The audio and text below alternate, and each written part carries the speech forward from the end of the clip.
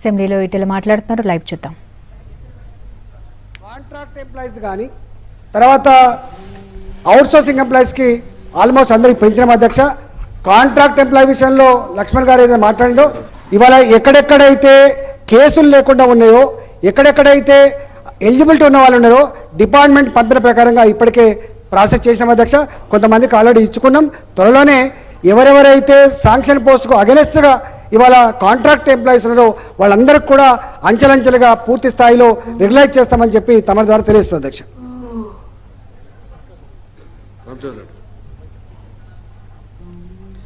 అధ్యక్ష,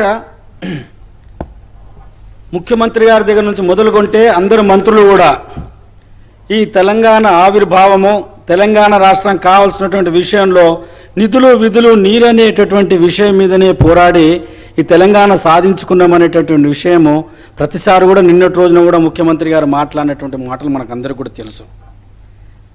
ఇప్పుడు మంత్రి గారు మాట్లాడుతూ దేశంలో ఎక్కడ కూడా 43% పెంచినటువంటి రాష్ట్రాలు ఏవి లేవని చెప్పారు. ఇది వాస్తవమే అధ్యక్ష. కానీ పెంచినటువంటి జీతాలు 2.5 సంవత్సరాల వరకు ఫిట్మెంట్ ఇవ్వనటువంటి రాష్ట్రం కూడా మనదే కనిపిస్తుంది అధ్యక్ష. ఈ దేశంలో ఎక్కడైనా, నాకు 30 సంవత్సరాలు నేను ట్రేడ్ యూనియన్లో ఉన్నాను అధ్యక్ష. ఫ్యాక్టరీలో ఎక్కడ చెప్పిన తర్వాత చెప్పండి సార్.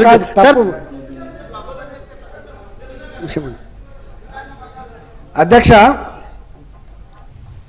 వారు తప్పు చెప్పిన అధ్యక్ష. సభ్యులకి కరెక్ట్ చేస్తున్నా. 5/2/2015 నాడు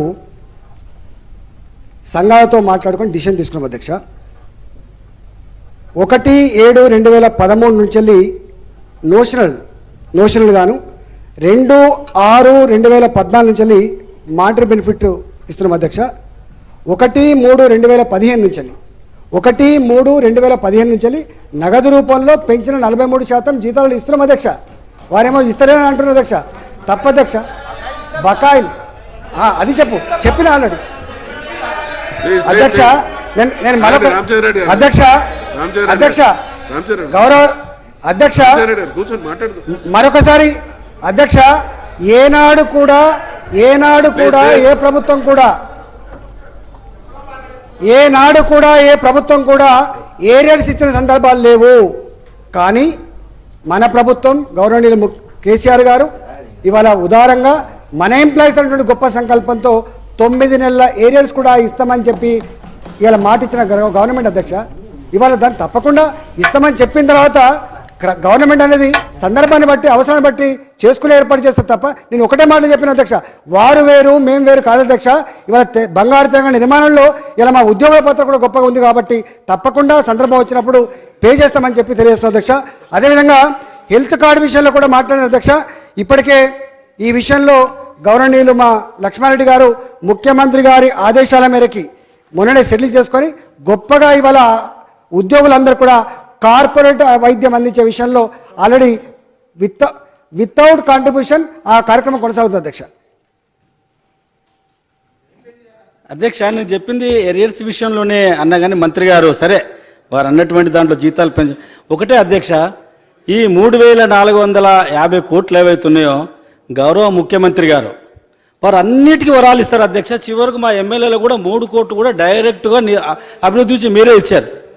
కానీ ఎందుకు ఈ యొక్క 3,400 ఈ యొక్క రాష్ట్ర అభివృద్ధి గురించి ఈ రాష్ట్రం రావడానికి పనిచేసినటువంటి వాళ్ళు, సకల జనుల సమ్మె 54 రోజులు చేసినటువంటి వాళ్ళు, మీతో పాటు ఉన్నటువంటి వాళ్ళు, మనందరితో పాటు ఉన్నటువంటి వాళ్ళు, ఈ తెలంగాణ రాష్ట్రం కావాలని కోరుకున్నటువంటి వాళ్లకు మన గౌరవ ముఖ్యమంత్రి గారు దయతోని మొన్నటి రోజున పేద ప్రజలకు ఇళ్ల గురించి ఏదైతే రాజు సౌకర్యం కానీ ఇందిరమ్మ ఇండ్ల గురించి 4,000 కోట్ల వరకు సుమారు మాఫీ చేసినటువంటి ముఖ్యమంత్రి గారు నిరంతరము మన గురించి పనిచేస్తున్నటువంటి ఉద్యోగస్తుల గురించి కూడా దయచేసి దయతోని వెంటనే సభలో ఉన్నారు కాబట్టి ముఖ్యమంత్రి గారు వారు వెంటనే స్పందించి వాళ్ళ యొక్క సంతోషమైనటువంటి వార్త కొత్త సంవత్సరంలో వారు ఈ యొక్క వారు